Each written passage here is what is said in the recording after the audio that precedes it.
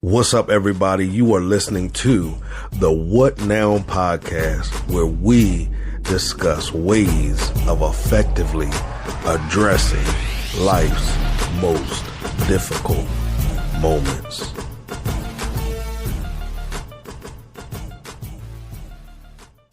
Hey, what's up, everybody? Welcome back to the What Now podcast. That's right, the What Now podcast, where we discuss positive ways of effectively facing life's most difficult moments. And remember, we don't call them difficult anymore. We've taken that word difficult out and we place defining. So they are not difficult moments. They are defining moments. And the reason why they are defining moments is because we have the ability, the responsibility, and the right. I got it right this time, guys.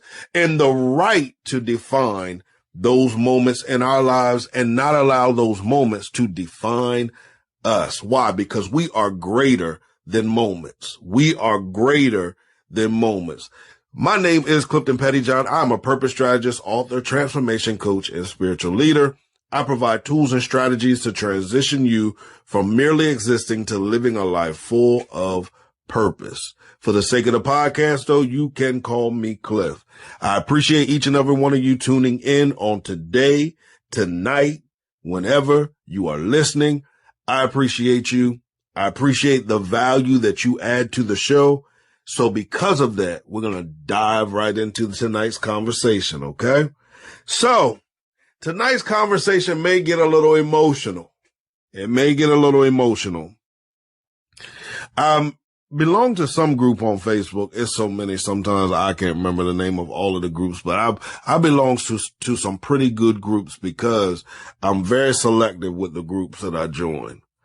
But somebody asked this question in the group, and that thing really triggered something in me that got my mind racing, got my spirit racing, got my emotions racing. It really made me begin to think and wonder the truth of this question for me. And I really begin to think about it, and I really don't believe I have a full answer yet. Or maybe I have an answer, and I know that the answer is not what I want it to be, so I'm blocking out the possibility of that being an answer and making excuses for why that's the answer. Y'all know what I'm saying? We've all done that before. So here's the question. Am I guarding my heart or am I blocking it? Am I guarding my heart or am I blocking it? Man, that thing hit me so hard because as far as with me, that is one of the excuses I use a lot with not connecting with people and even not being in relationships. I'm just guarding my heart. I'm guarding my heart. I'm guarding my heart. I'm too nice of a person. My heart's been broken too many times. Now, I do want to say this. Do not try to piece together pieces of the puzzle as I'm talking. Do not try to piece together puzzles in relationships or which relationship you may feel as if I'm talking about. Scratch all that. We're not doing all that, okay? I mean, you can do it if you want to. You'll never understand, okay, baby? Let's go. So I thought about it. I was like, my heart's been broken. I've broken people's hearts before. So I kind of am hesitant about putting myself out there again. But here's what and I've thought about this for a long time, and I actually, big hypocrite, I actually tell people this. I'll actually tell my clients this, and I tell my friends and other people that come to me concerning relationships. As I said before in a previous podcast, for some reason, I give the greatest advice for relationships with everybody else, but I can't seem to keep one myself or give myself good enough advice. Anyway, so I always explain to them that sometimes you have to allow your heart to be broken.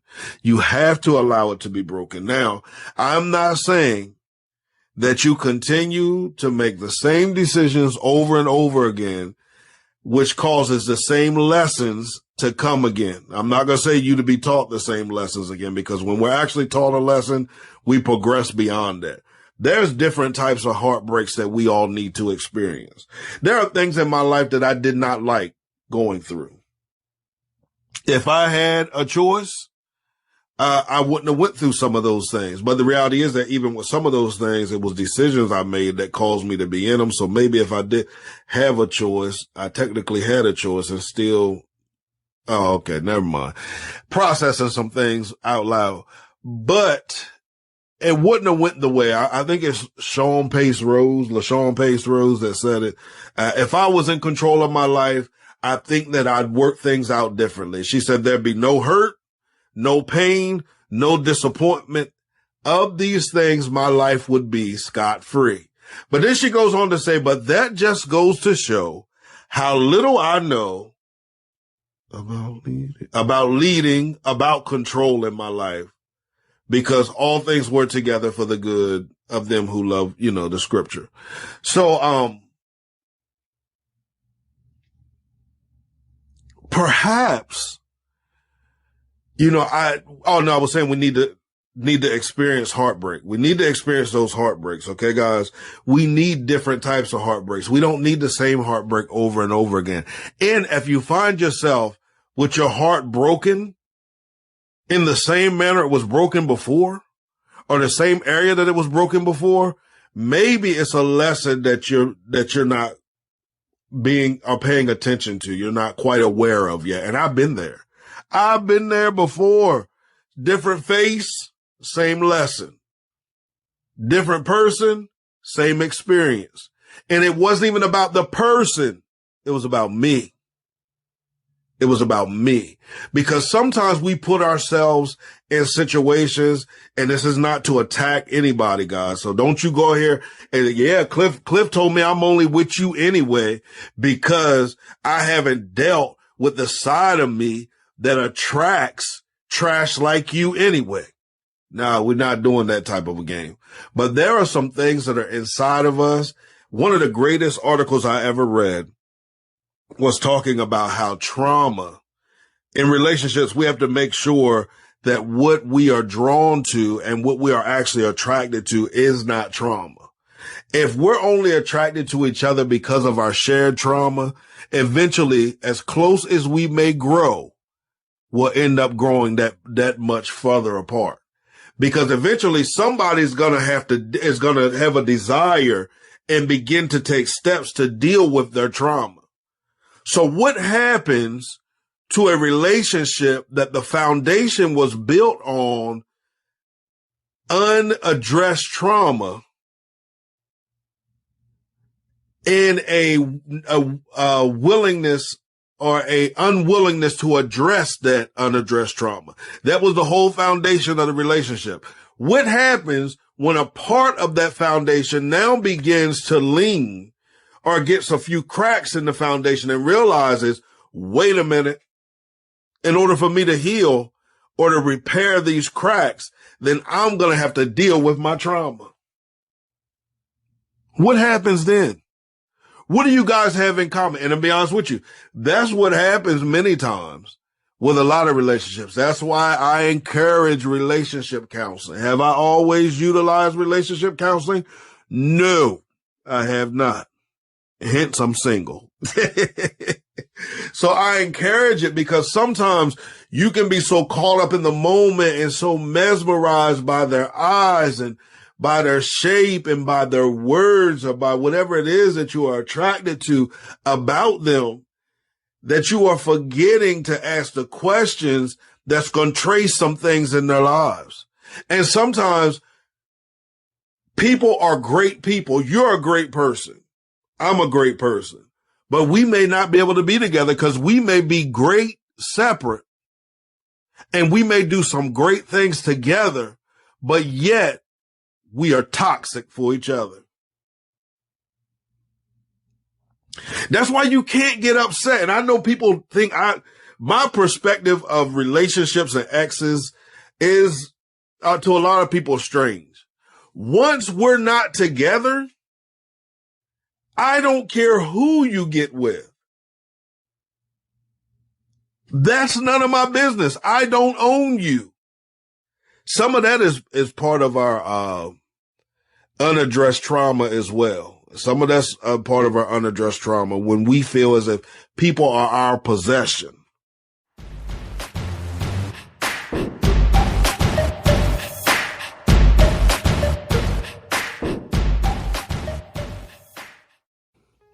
Many people define stagnation as not producing or being at a standstill. I get it. However, I would like to add a little weight to the definition and say that I may be producing, I may be moving. However, my production and my movements are disrespectful to the purpose that's inside of me, to the greatness that's inside of me. If that's going on, that's stagnation as well. And that's okay. Guess why? Because I have developed a tool. I wrote a book called From Stagnation to Transformation.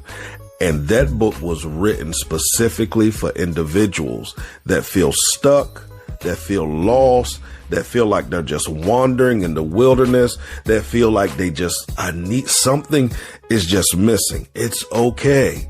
I want you to head over to www.cliftonpettyjohn.com/transformation. There you're going to find a complimentary portion of the book. That's right. A complimentary portion of the book. I want you to read that portion. After that, it's going to ignite such a fire inside of you that you're going to want to purchase your personal copy of From Stagnation to Transformation. So I want you to do that as well. Why?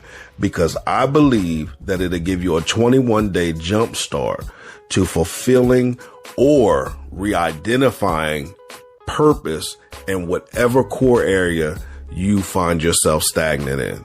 So again, visit www.cliftonpettyjohn.com/transformation.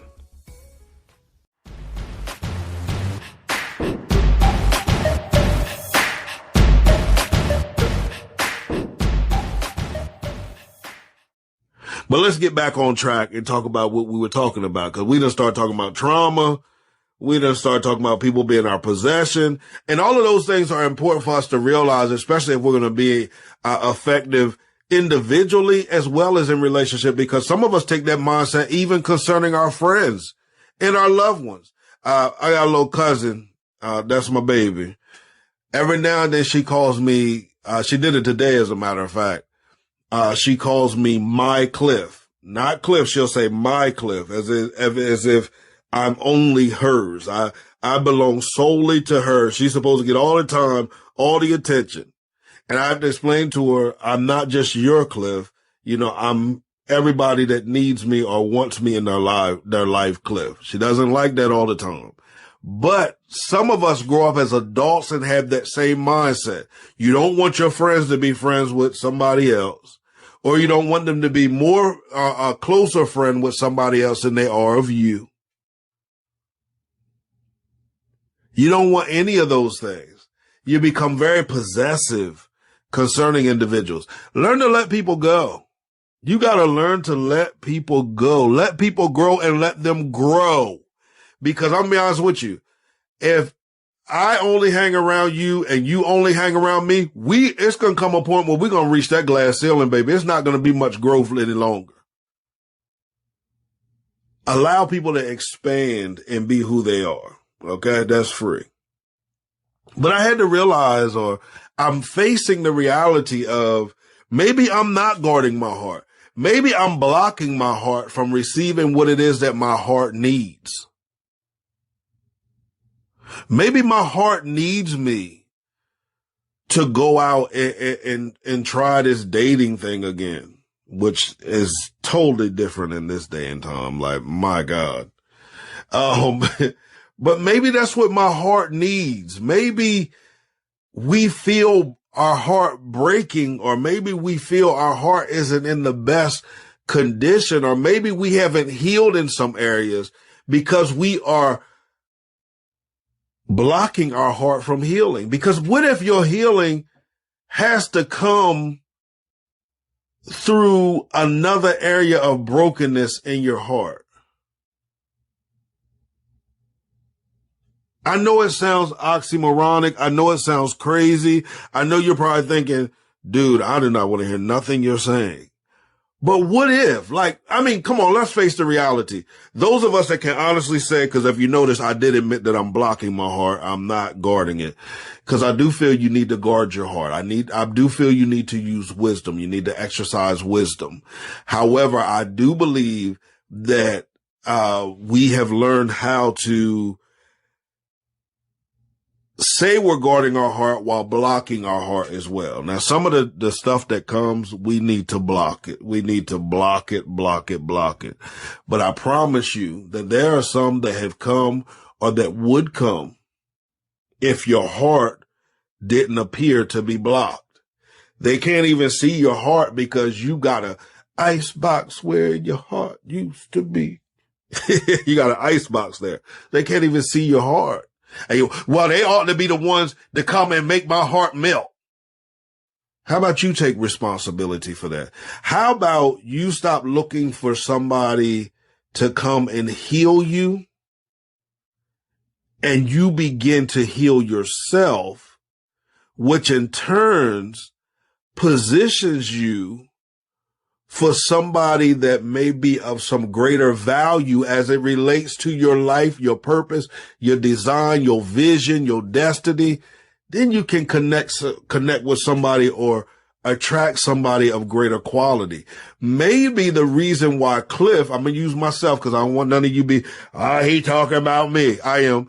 But maybe the reason why I keep attracting broken individuals, and I'm not saying that I'll become perfect and the other person will become perfect, but I'm saying there are dimensions of brokenness. There's a brokenness that's healing, and then there's a brokenness that I'm just broken. I use this as a defense mechanism. I use excuses while I'm broken, and I refuse to face the reality of me needing to heal myself.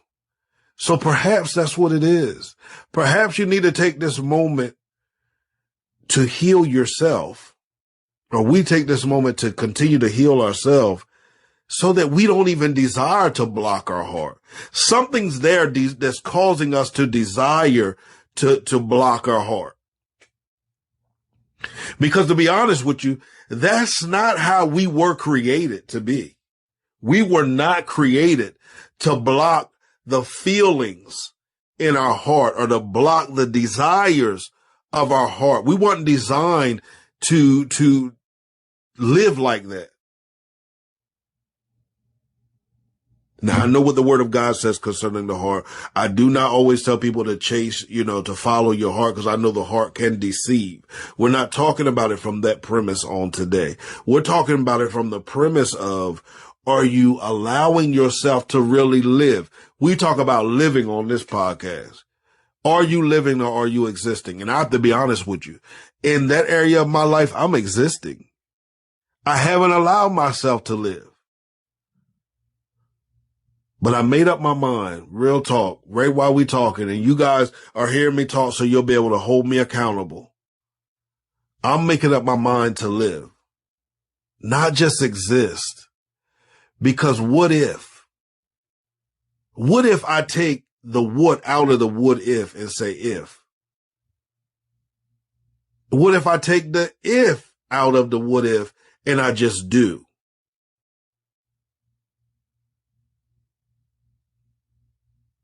Man, am I guarding my heart or am I blocking it? Am I blocking my blessing? Am I blocking opportunities? Am I blocking the next move or phase of my life? Because I got roadblocks up where I should just have a fence. Roadblock you can't get by. A fence you could at least open. I mean, you can get by a road, but I think y'all know where I'm trying to go with the analogy. It can be a wall. Let's use a wall. One of my favorite poems is called Stone by Stone. It was in a chicken noodle soup book. We used to read them every day to our students at Richard Allen.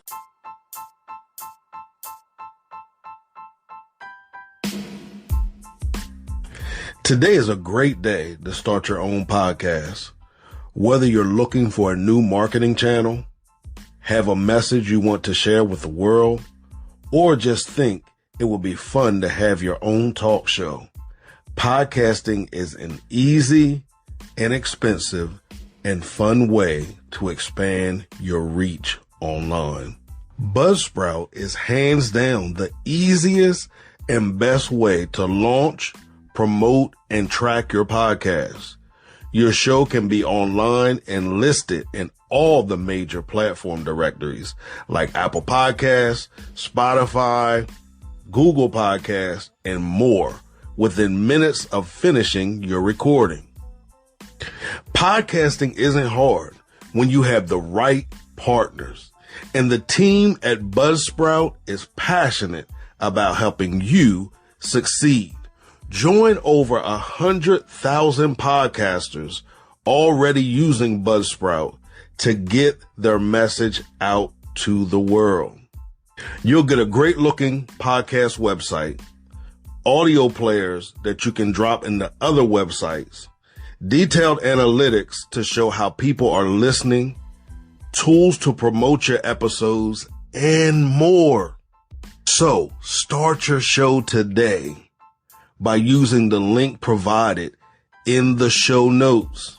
This lets Buzzsprout know we sent you, and it gives you an opportunity to receive a $20 Amazon gift card, as well as it helps support our show.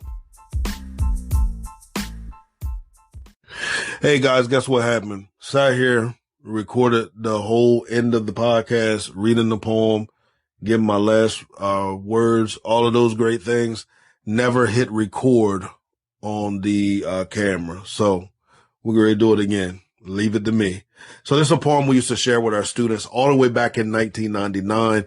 I still use it today, guys. I still use this poem today in coaching sessions with friends, anybody that talks to me about relationships or talks to me about love or feelings or anything. I always take the time to share this poem with them. That's how much I value this poem. Here we go. I have a wall you cannot see because it's deep inside of me. It blocks my heart on every side and helps emotions there to hide. You can't reach in, I can't reach out. You wonder what it's all about. The wall I built that you can't see results from insecurity. Each time my tender heart was hurt, the scars within grew worse and worse. So stone by stone, I built my wall that now so thick it will not fall. Please understand that it's not you. Continue trying to break through. I want so much to show myself, and love from you would really help. So bit by bit, chip at my wall till stone by stone it starts to fall. I know the process will be slow. It's never easy to let go of hurts and failures long ingrained upon one's heart from years of pain.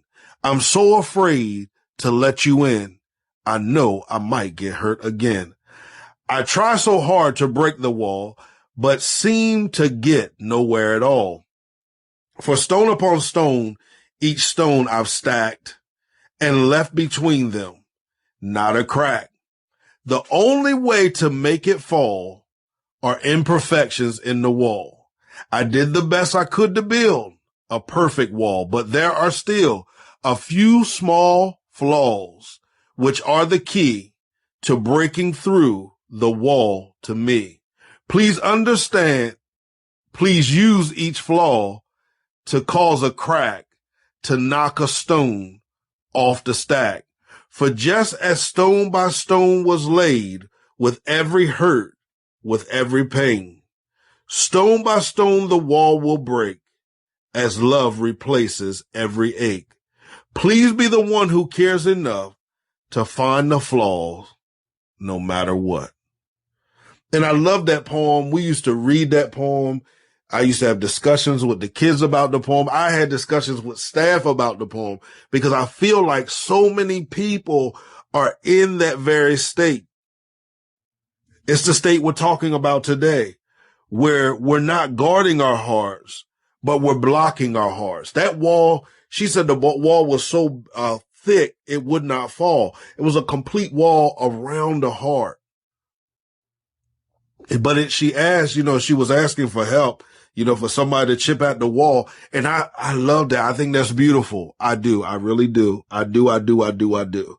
However, I do want to say to us that before someone comes in our lives, we have to begin to chip at that wall and tear that wall down, because we have to begin to take responsibility for some of those hurts and those pains and the rejections that we went through. Because I'm not saying that all of those things we cause, but sometimes it's the decisions we made, the people that we are attracted to. And sometimes we're only attracted, as I said earlier, to people based upon our trauma, or based upon our experience, or based upon the generational curses that need to be broken, that were passed down, throughout our family line. So we have to begin to break the wall down. And as Jericho say, break the wall down. Chris Jericho, the wrestler, I wasn't talking about the biblical city of Jericho, the wall of Jericho. But hey, maybe that's what you need to do, to use that strategy to break the wall down. But I want us to begin to chip at it ourselves and really begin to do the internal work that we need to do so that we can heal. Because I believe that when we heal, it changes even who we're attracted to and what we attract. You'd be surprised at what the healed you would attract, but you can't fathom what the real you will attract, because you haven't given the healed you would attract, because you haven't given the healed you an opportunity. And I want to say this, because I know that sometimes when we talk about sensitive situations like this, some of us get case sensitive, as my brother Gordon says. And as I say, sometimes we get all up in our baby feelings. We need to rub it in our chest. All right. But anyway, I am not talking about situations that happened where you were at a disadvantage and you were taken advantage of. But what I am talking about, yes, those situations happen. They are responsible for what they did to you, but you are responsible for what you allow what they did to you to do to you. You're responsible for your healing. You're responsible for your deliverance. You're responsible for the decisions that you make now in your life. It hurts. I get it. It hurts. They were wrong. They may not apologize, but it's time for you to heal yourself. It's time for you to tear that thing down at yourself. You can do it. You can do it.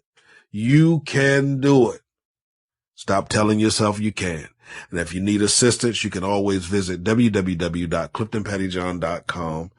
You can set up a coaching session, or I have a tool that I have developed. I'm not going to talk about that tool because the commercial is going to run at the end of the show. So make sure you stay tuned to listen for that commercial, okay? And then invest in your now through that tool to produce the future that's connected to your purpose. Listen, before I go, I do want to encourage each and every one of you, if you are listening to this part of the episode and you've listened all the way through, I encourage you to text what I want y'all to text today. Text, I will heal myself. Text, I will heal myself to 302-648-5544. Why? Because that begins a dialogue between us, as well as you'll be entered to win a prize. You will be entered to win a prize. So I encourage you to listen to the podcast. Well, you already listened to it. Text me. Let me know you listen. As I always say, create a great day, walk with purpose, and by all means, guys, execute your vision. Peace.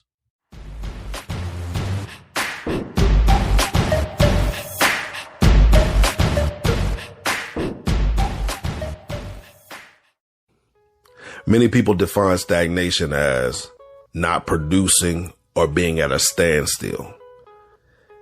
I get it. However, I would like to add a little weight to the definition and say that I may be producing, I may be moving. However, my production and my movements are disrespectful to the purpose that's inside of me, to the greatness that's inside of me.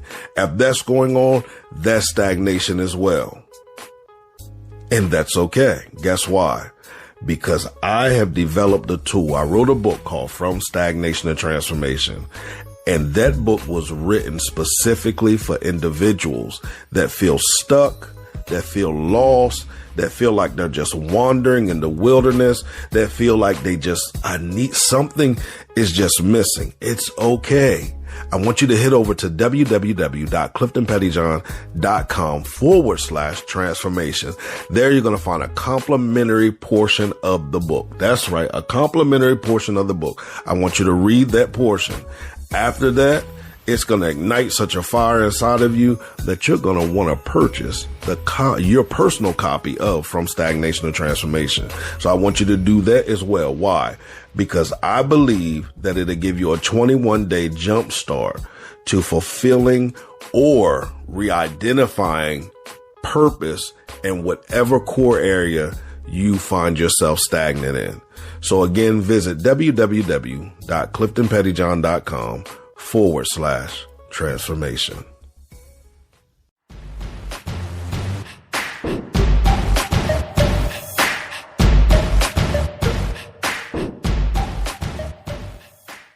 Are you thinking of selling or buying your dream home? Then contact Harrison Damerkant, the People's Agent. As a licensed realtor in both Delaware and Maryland, Harrison desires to help you sell or buy your home, and he promises you that your experience with him will be great. Call or text him today at 302-260-0659 or email him at harrisondamerkant@gmail.com.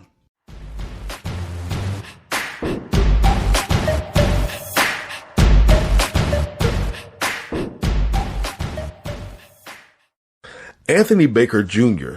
is the CEO of a nonprofit community organization called Helping the Homeless.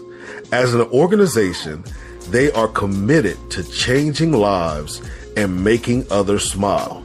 In addition to providing hands-on services for the homeless community all over Philadelphia, they also have a Big Brothers mentoring program where participating youth are taught the value of giving back to their community. To learn more about the organization, call 215-487-8589 or email them at hthphilly@gmail.com.